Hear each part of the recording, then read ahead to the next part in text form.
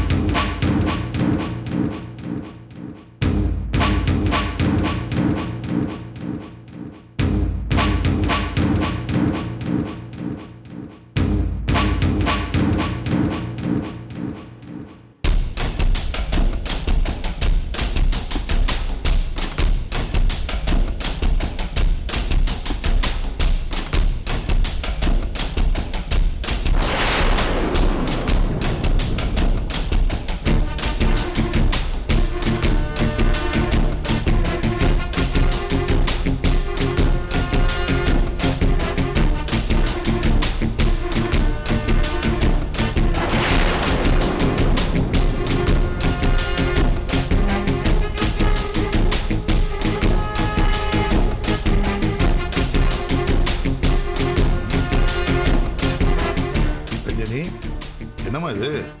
எப்போதும் பிளசண்டா என்ஜாய் பண்ணி டிராயிங் பண்ணுவ, இன்னைக்கு ஏதோ டிஸ்டர்பா டென்ஷனா டிராயிங் பண்ற மாதிரி தெரியுது. எப்பவும் போல ரசிச்சு என்ஜாய் பண்ணி வரைய இது சீனரியோ இல்ல மாடர்ன் ஆர்ட்டோ இல்லப்பா.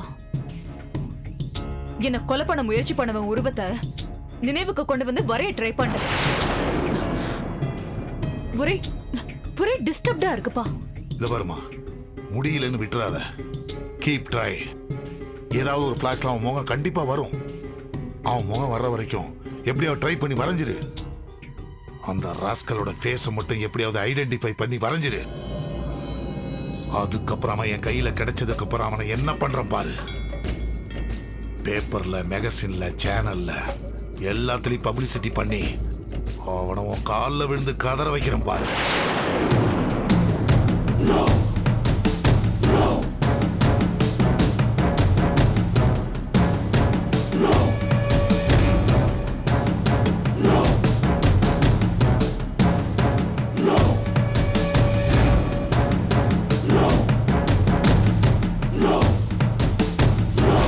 இன்னும் 2 வருஷம் தான்.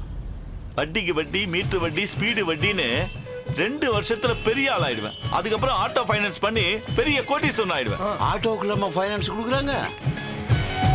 ஆமா, ஆட்டோக்குலாம் வட்டிக்கு பணம் கொடுத்தா ஒழுங்கா வசூல் ஆகுமா?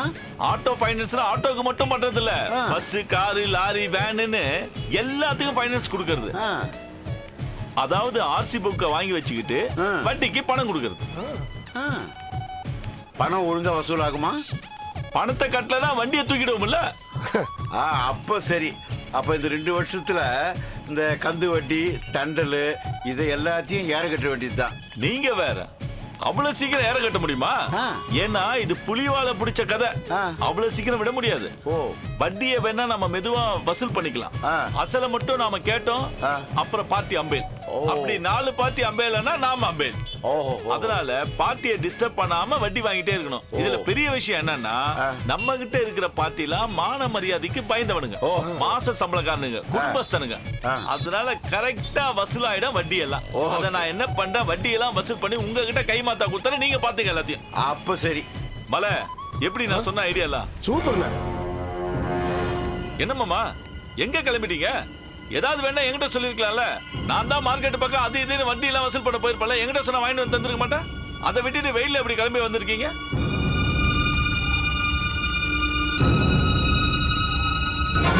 என்ன மாமா, நான் சொல்லிட்டே இருக்கேன், நீ இவரே பார்த்துட்டு இருக்க. அண்ணே, இவர்தான் எங்க மாமா, எங்க அக்கா வீட்டுக்காரு. எனக்கு மாமனாரும் இவர் தான், மாமாவும் இவர் தான். வணக்கம். கங்கா இருக்காளே, அவளோட அப்பா. மாமா, இவர் பேர் சுர்லி. அயோக்கிய பயலுக்கு அறிமுகம் வேறயா? மாமா, என்ன பேசுறீங்க நீங்க? இவர் யார் தெரியுமா? என் உயிரை காப்பாத்தினவர். ரவுடிங்க எரிக்க வந்தப்போ அவங்கள தடுத்து என்ன காப்பாத்தினவர். உங்க பொண்ணு கங்காவோட தாலியை காப்பாத்தினவர். இவர் எங்களுக்கு கடவுள் மாதிரி. அவரை போய் இப்படி அசிங்கமா பேசுறீங்க, உனக்கு வெக்கமா இல்ல? இதே வேற யாருன்னா பேசியிருந்தா நடந்திருக்கிறதே வேற. நீன்றதுனால சும்மா வர்ற. கணேசா, இவனை பத்தி உனக்கு தெரியாது. இவனே ஒரு பெரிய ரவுடி. இவன் உன்னை ரவுடி கிட்ட இருந்து காப்பாத்தினான்னு சொல்றேன். என்ன கணேசா, ஏதோ அறிமுகப்படுத்தி வச்சா ஒரு மரியாதைக்கு வணக்கம் சொன்னா பதில் வணக்கம் சொல்லணும். அதை விட்டுட்டு அயோக்கிய ரவுடி அது இதுன்னு பேசுறாரு. இத பார், நான் நல்லவங்களுக்கு நல்லவன், கெட்டவங்களுக்கு ரொம்ப கெட்டவன். உங்க மாமான்னு பாக்குறேன், இல்லைன்னா நடக்கிறதே வேற. டேய், இல்லைன்னா என்ன பண்ணுவ? ஓ ரவுடித்தனத்தையெல்லாம் வேற எங்கேயாவது காட்டு. இந்த தனகோடி கிட்ட வச்சுக்காத. காட்டினா என்ன பண்ணுவேன்? டேய் அண்ணனே, நீங்க கொஞ்சம் சும்மா இருங்க. மாமா, என்ன மாமா பேசிட்டு இருக்க? இவரை பத்தி என்ன தெரியும் உனக்கு? மாப்பிள்ள, இவனை பத்தி எனக்கு நல்லா தெரியும். இவனை மட்டும் இல்ல, இவன் குடும்பத்தையும் எனக்கு நல்லா தெரியும். இவன் பெரிய அயோக்கியன், பெரிய ரவுடி மட்டும் இல்ல, சரியான பொம்பளை பொறுக்கி. என் கண்ணு முன்னாடியே நம்ம வசந்தியை கற்பழிக்க பார்த்தான். நானும் யாரோ ஒரு பொண்ணுன்னு நினைச்சு காப்பாத்தினேன். இவங்கிட்ட எல்லாம் சகவாசம் வச்சுக்காதீங்க மாப்பிள்ள. இவன் எல்லாம் வீட்டுக்கு கூட்டிட்டு போனா வீட்டுல இருக்கிற பொண்ணு பிள்ளைகளுக்கு தான் ஆபத்து. ஆமா, இவர் அப்படியே கருணை கடலு, ஒழுக்க சீலரு. டேய், பொண்ணுங்களுக்கு ஒரு ஆபத்துன்னா இவர் அப்படியே கண்ண பரமாத்மா மாதிரி ஓடி வந்து காப்பாத்திடுவாரு. கணேசா, இவன் பெரிய யோக்கிய மாதிரி பேசிட்டு இருக்கானே. லேடிஸ் ஹாஸ்டல்ல தூங்கிக்கிட்டு இருந்த பொண்ண கொல்ல பார்த்தவன் இவன். நான் மட்டும் அந்த பொண்ணு கிட்ட போய் உன்னை கொல்ல பார்த்தது இவன் தான் சொன்னா உங்க மாமா மாமியார் வீட்டுக்கு போய் கம்பி எண்ணிக்கிட்டு இருப்பார். கணேசா, இவனை கிட்ட சேர்க்காத, அடிச்சு விரட்டிரு. இல்ல என்கிட்ட விட்டுரு, அடிச்சு துவைச்சு காய போட்டுறேன். டேய், நீ என்ன துவைச்சு காய போட்டு விடு. டேய், டேய், மேல கை வைக்கிற வேலையெல்லாம் வச்சுக்காத. டேய், மாமா நல்லா இருக்காது. சும்மா இரு மாமா. போ மாமா, எனக்கு தெரியும், நான் பாத்துக்கிறேன். நீங்க வாங்க, நான் போலாம். வாங்க. டேய், மாமா, உன்னை தொலைக்காம நான் விட மாட்டேன். யாரு என்ன நீ தொலைச்சியா? வேணாம், இல்ல, உன்னை நான் பாத்துக்கிறேன். அப்புறம் போங்க சார். நீ போ மாமா.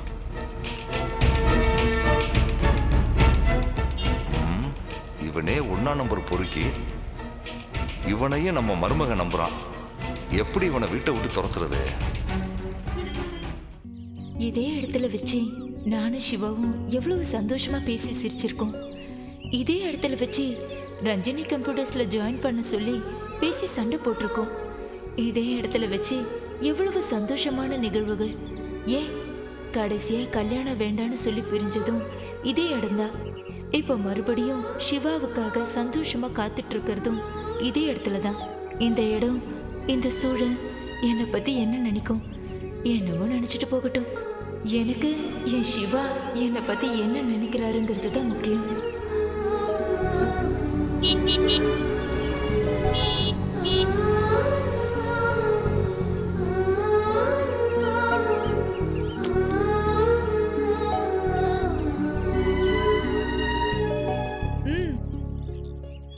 என்ன எங்க என்னது? என்ன என்னது? எப்பவும் வாங்கிட்டு வருவீங்கல்ல மல்லிகைப்பூ, எங்க? ஞாபகம் இல்ல. அதுக்குள்ள சாருக்கு மல்லிகைப்பூ வாங்கி கொடுக்கறது அழுத்து போச்சா? ஹேய் ப்ளீஸ் அமுதா, என் நிலைமை கொஞ்சம் புரிஞ்சுக்கோ. என்ன சிவா, நானும் கொஞ்ச நாளா பார்த்துட்டு தான் இருக்கேன்.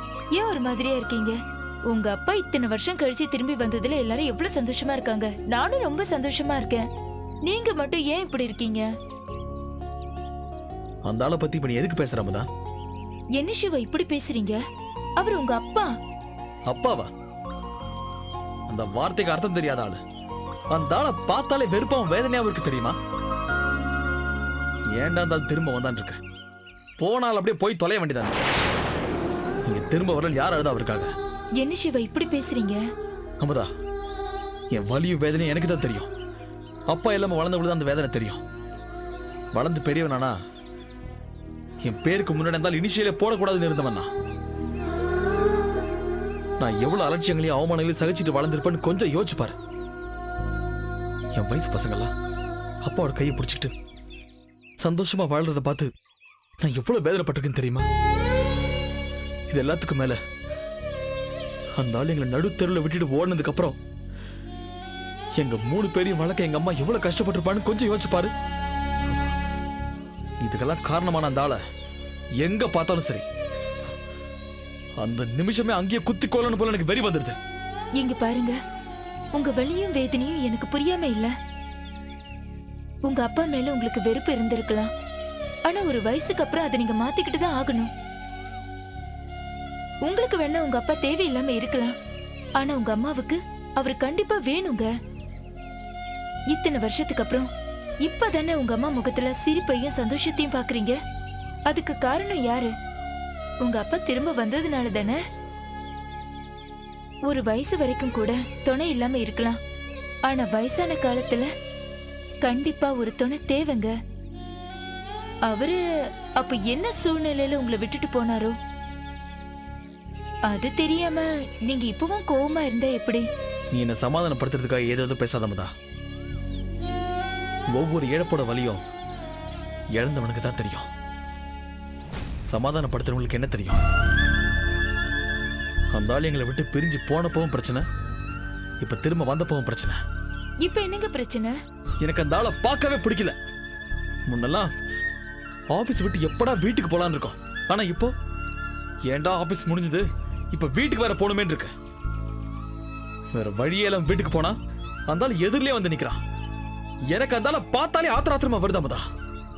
அம்மா முகத்துக்காக ஆத்திரத்தை அப்படியே அடக்கி வச்சிருப்பேன். அப்ப பார்த்து வீட்டுல யாராவது பேசினாங்கன்னா தேவையில்லாம அவங்க மேல ஆத்திரத்தை காட்டுறேன். எடுத்ததுக்கெல்லாம் எரிஞ்சு விழுந்துடுறேன். மொத்தத்துல இந்த ஆள்னால என்னோட நிம்மதியா போச்சு, என் இயல்பான சுபாவமே போயிடுச்சு. நான் என்ன பண்றதுன்னு எனக்கு ஒண்ணுமே புரியல அமுதா. Relax Siva, relax. ஒருத்தரை புரிஞ்சுக்காமலே வெறுக்க கூடாது. வெறுக்க ஆரம்பிச்சாலே புரிஞ்சுக்க முடியாம போயிடும். நீங்க உங்க மனசுல இருக்கிற வெறுப்பை ஒதுக்கி வச்சுட்டு உங்க அப்பாவை அவரை பார்க்க வேண்டாம். ஒரு சாதாரண மனுஷன். அவரு சின்ன வயசுல குடும்பத்தை விட்டு பிரிஞ்சு போய் அவரு ஆசைப்பட்ட மாதிரி குழந்தைங்களை பார்த்து பார்த்து வளர்க்க முடியாம போயிடுச்சு. வயசான காலத்துல இப்ப திரும்ப வந்திருக்காரு. குழந்தைங்களுக்கு தேவையானதெல்லாம் செய்ய முடியாம போயிடுச்சுங்கிற குற்ற உணர்வோடு இருக்காரு. அவருடைய ஆசை, பாசம், ஏக்கம், தேவை, எதிர்பார்ப்பு இது எல்லாத்தையும் கொஞ்சம் புரிஞ்சுக்க ட்ரை பண்ணுங்களேன். நீங்க அவரை புரிஞ்சுக்க ட்ரை பண்ணாலே அவர் மேல இருக்கிற வெறுப்பெல்லாம் போயிடும். நான் மென்டலா? நீ என்ன எனக்கு கவுன்சிலிங் கொடுத்துட்டு இருக்கியா? பாம்புன்றத பார்த்தாலே தெரியும், பழகி பார்த்தாதான் புரியுமா? என்ன சிவா, ஏன் இப்படி டென்ஷன் ஆகுறீங்க? டென்ஷன் ஆகாம கூலா கொஞ்சிட்டு இருக்க சொல்றியா? ஆமா, நீ என்ன ஒரு சப்போர்ட்டா? ஏன் நான் சப்போர்ட் பண்ணக்கூடாதா? அவர் யாரு? மூணாவது மனுஷனா என்ன? அவர் உங்க அப்பா, எனக்கு மாமனாரா வரப்போறவரு. முதல்ல எனக்கு நீ, உனக்கு நான், அவ்வளவுதான். நம்ம 2 பேரும் மட்டும் இருந்தா போதுமா? நான் உங்க வீட்டுக்கு வாழ வர போறவ. எல்லாரும் தான் எனக்கு வேணும். முதல்ல உனக்கு நான் வேணும்ல. சிவா, உங்க அப்பா உன்னை விட்டுட்டு ஓடி இருந்தா அந்த கஷ்டம் உனக்கு தெரிஞ்சிருக்கும். ஒரே ஒரு நாள் உங்க அப்பா உன்னை விட்டு போனதுக்காக எப்படி ரோட அழுதுகிட்டு தேடின. அந்த ஆளுக்காக வருஷ கணக்கா சின்ன பையனா இருக்கும்போது ரோடு பூரா அழுதுகிட்டே தேடி இருக்கேன். எனக்கு எப்படி இருக்கும் அந்த கஷ்டம்? எங்களை நடுத்தரவுல அனாதையை விட்டுட்டு போனப்ப அப்பவே அந்த ஆள் செத்துட்டா நான் முடிவு பண்ணிட்டேன். இதுவே அந்த ஆளை பத்தி பேசுறது கடைசியா இருக்கட்டாமதா. நான் வரேன்.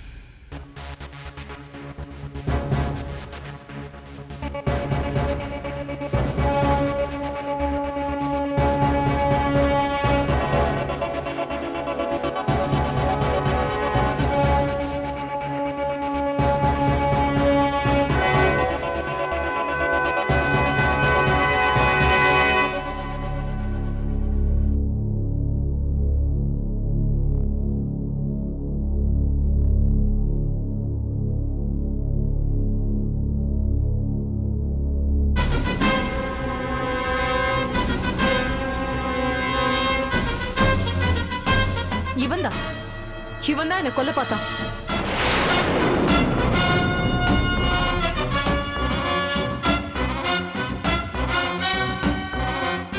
இத்தனை நாள் டிஸ்டர்ப் ஆகி என் மனசு அலக்கடிச்சு இவன் உருவத்தை இன்னைக்குதான் என்னால வரைய முடிஞ்சது.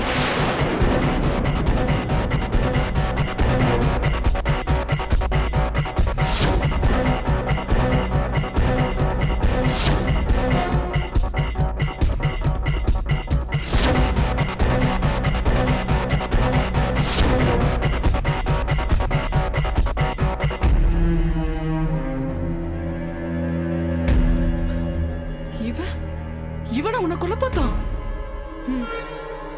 இவன் ஒரு தடவை என் உயிருக்கு ஆபத்து, என்னை காப்பாத்துங்கன்னு என் கார்ல வந்து மறைஞ்சுக்கிட்டாமா அவன். அவன் யாரு என்னன்னு தெரியாம அன்னைக்கு அவன் உயிரை நான் காப்பாத்தினேன். இவன் உன் உயிர் எடுக்க பார்த்திருக்கானா? இந்த ஒரு எவிடன்ஸ் போதும். இவனை போலீஸ்ல பிடிச்சு கொடுக்காம விட மாட்டேன்.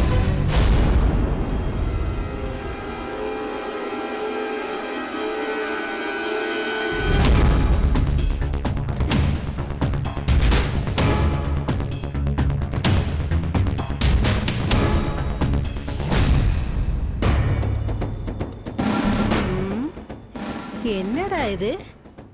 கல்யாண பொண்ணு முகத்துல ஒரு கலையும் இல்ல, கலகலப்பும் இல்ல, உம்முனா மூஞ்சி மாதிரி உக்காந்துருக்கிற. என்னம்மா? கல்யாண பொண்ணுன்னு நீங்க தான் சொல்லிட்டு இருக்கணும். நாள் நெருங்கிக்கிட்டே இருக்கு.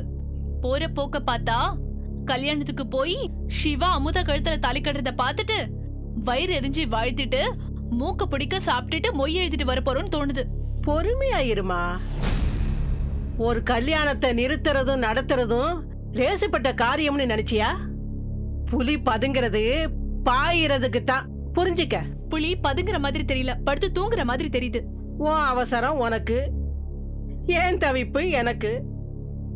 உன் அப்ப ஒரு உருப்படாத பையன் எங்க போய் தொலைஞ்சானோ தெரியல. எந்த காரியமா இருந்தாலும் தனக்கொடியை வச்சுதான் செஞ்சுக்கிட்டு இருந்தேன். இப்ப அந்த தனக்கொடிகிட்டே காரியம் சாதிக்க வேண்டியிருக்கு. என்ன பாட்டி, நான் இருக்கேன், நான் நடத்தி வைக்கிறேன், நான் நடத்தி காமிக்கிறேன்னு என்னென்னமா சொன்னீங்க? என்ன பாட்டி இப்படி புலம்புறீங்க? கடைசி நேரத்துல கைய விரிச்சிட மாட்டீங்களே? புலம்பலமா, உனக்கு புரியும்படி சொல்றேன். இந்த பேங்கடத்தா சொன்னா சொன்னது சொன்னதுதான். நீ கவலையப்படாத. உனக்கும் சிவாவுக்கும் கண்டிப்பா கல்யாணம் நடக்கும். நான் இருக்கேன். கேட்கவே எனக்கு இவ்வளவு சந்தோஷமா இருக்கே. நடந்த எவ்வளவு சந்தோஷமா இருக்கும். நிச்சயமா நடக்குமா.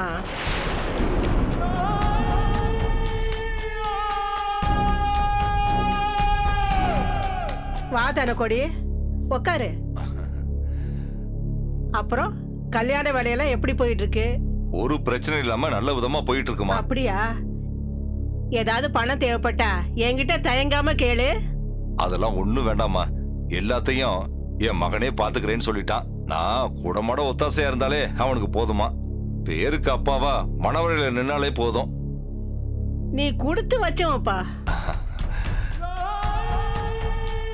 அம்மா, ஒரு முக்கியமான விஷயம்மா. சொல்லு தனக்கோடி, என்ன விஷயம்? நம்ம சுருளிய நீங்க வீட்டை விட்டு துரத்திட்டதா கேள்விப்பட்டேன். சுருளியா? நாயம் வஞ்சக, நம்பிக்கை துரோகி. அவன் பண்ண காரியத்தை நீ கேட்ட, நீ அவன் கழுத்தை நெரிச்சு கொண்டு போட்டுருவ. ராஜரத்னத்திட்ட போய் எங்க அம்மா போக்கே வர வர எனக்கு பிடிக்கல, எங்க அம்மாவை பார்த்தாலே எனக்கு வெறுப்பா இருக்கு, எங்க அம்மாவால எனக்கும் பிரச்சனை உங்களுக்கும் பிரச்சனை, எங்க அம்மாவை போட்டு தள்ளிட்டா எல்லா பிரச்சனையும் தீந்துரும், என் கையாலே எங்க அம்மாவை நான் கொன்னுடுறேன், அமௌண்ட் கொடுங்கன்னு அவங்கிட்ட போய் பேரம் பேசியிருக்காப்பா. அப்படியா பண்ணா? கேக்குற உனக்கே இவ்வளவு ஆத்திரம் வருதே, எனக்கு எவ்வளவு ஆத்திரம் வரும். அதான் போடா நாயேன்னு வீட்டை விட்டு கழுத்தை பிடிச்சி வெளியே தள்ளிட்டேன். சுருளி இப்ப என் மாப்பிள்ள கூட ரொம்ப ஒட்டி உறவாடுறாமா.